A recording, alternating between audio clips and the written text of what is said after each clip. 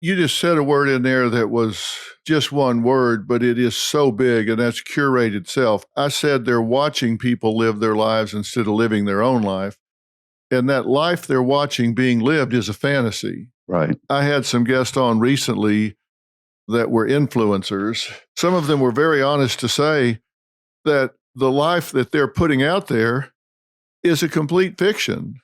Right. They said, I'll get all dressed up and talk about, hey, I'm getting ready to go to some big event or red carpet event or NBA playoff game or whatever. So I'll stream this and pick out outfits and people commenting on what I should wear, et cetera, et cetera. And then as soon as I close the door, I put all that stuff back in the closet and go sit down on the couch and watch reruns of Friends or something. Right. Or get back on the social media and watch what other people are doing. And people say, gosh, my life's so boring compared to that. And then they feel worse about themselves. Right, right. And the more friends you have or the more connected you are on social media, the more of those reflections you have looking back at you, amplifying your own sense of negative self-worth. And so it's interesting. There was a great Netflix documentary called Fake Famous, and they showed these three kids that were different parts of the country, different socioeconomic backgrounds, and they were going to use all their resources, this documentary was, to boost them into the stratosphere of influencer level. And these, you couldn't have met three emptier, shallower, more upset, more self-loathing young people.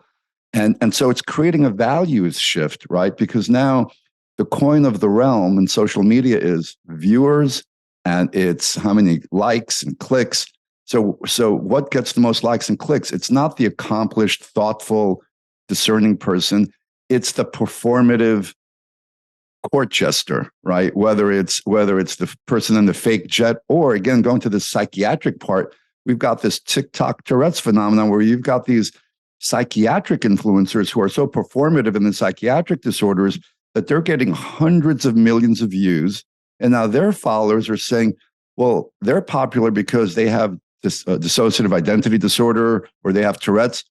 I think I'm going to start, not consciously or unconsciously, they're beginning to twitch or have alter identities or go through some of these issues. So it's really shaping the society in such a toxic way. And we didn't pump the brakes enough in terms of fully understanding, because I don't think parents knowingly wanted to do anything that harmed their kids, but I think they drank the Kool-Aid that there was an educational aspect to they didn't want to fall behind. If my kid doesn't get an iPad when he's 7 and Johnny next door has it at age 5, maybe my child's not going to be ahead in this new technological era.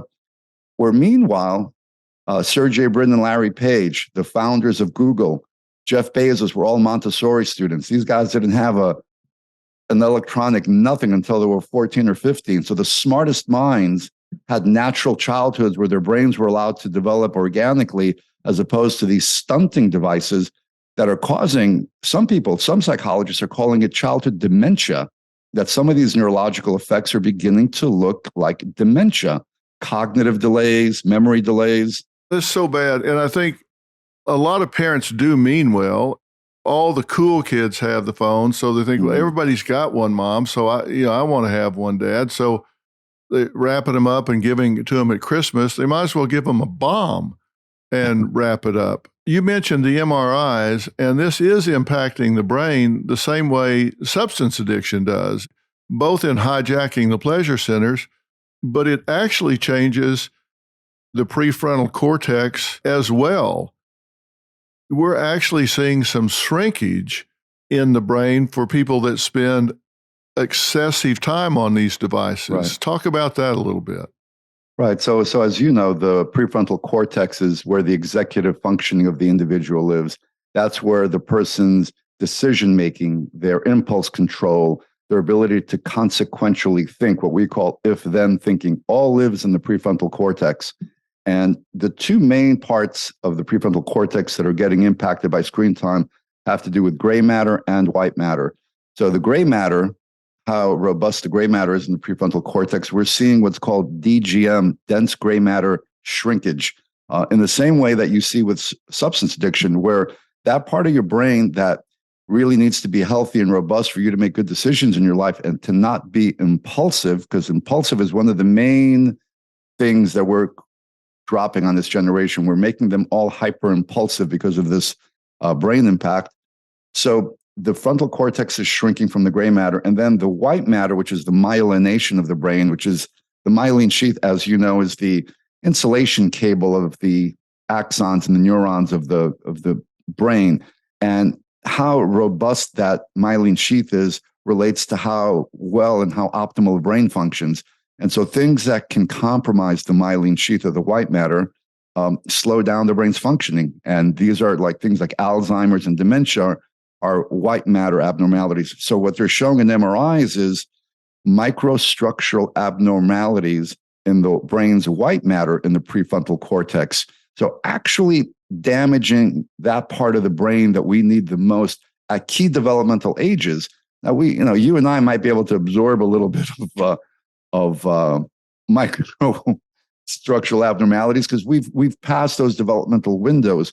But when a child who's supposed to be developing their attentional abilities, their language skills, their cognition, when they're going through those key stages, and we're dropping this neurological bomb into their lap, and then we're wondering why Johnny isn't curious or interested, or why their ADHD rates have doubled, why addictive disorders have spiked. Because once you get someone primed for impulsivity, they're more vulnerable to all sorts of addictions, substance and otherwise at that point.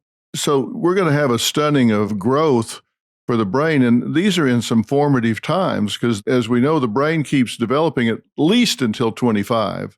Right. And probably longer, certainly in males. I want parents to understand about dopamine and why these kids are so fixated on getting likes and feedback, and why they're so fascinated by reading comments that people they don't know, will never meet, are sitting in their grandmother's basement in Boise, Idaho, typing away, and may well be keyboard bullies that just get off on sending hate messages. But talk about, if you will, the dopamine impact and how it parallels what happens when people take cocaine or crystal meth, for example. Right. So these platforms are not addictive by accident. These are very bright people who have made these various platforms, whether it's social media or gaming platforms, habit forming by design, because they're dopaminergic. They spike our dopamine in ways that are very, they activate the dopamine reward response.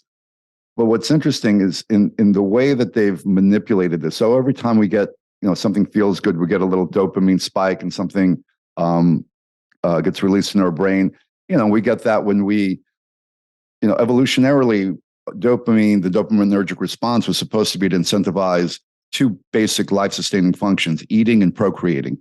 And when we eat and when we procreate, we get a dopamine spike.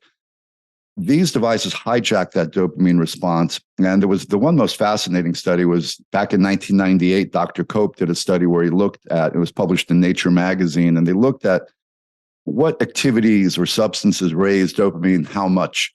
And so eating raised dopamine 50%, sexual activity raised dopamine 100%, and cocaine raised it 300%. Well, back in 1998, video games, he threw video games in there, they were raising dopamine 100%, which is the same as a sexual activity.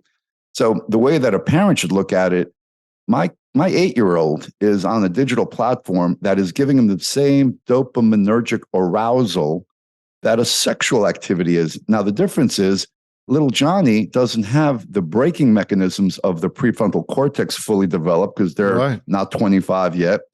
And it's for an extended period of time. Not to get crude on your podcast, but usually a sexual experience tends to be short-lived. Right. I've had unless you're Sting or somebody with some, but I've had gamers who have gamed for 2 or 3 straight days without sleeping, without eating. So you're spiking that dopamine hour after hour, day after day. So you're going through this dopamine cascade, and then you go through this dopamine crash, which very much also mirrors substance addiction. So when we tell our kids, I only want you on your gaming for half an hour, you can't tell somebody who's smoking crack, only smoke crack for half an hour. You just don't have the ability to moderate that. So we're setting up our kids for failure when we're trying to moderate something that's so hyper arousing for them. So the narrative is age appropriate technology. There are certain ages that are more able to handle this. Right.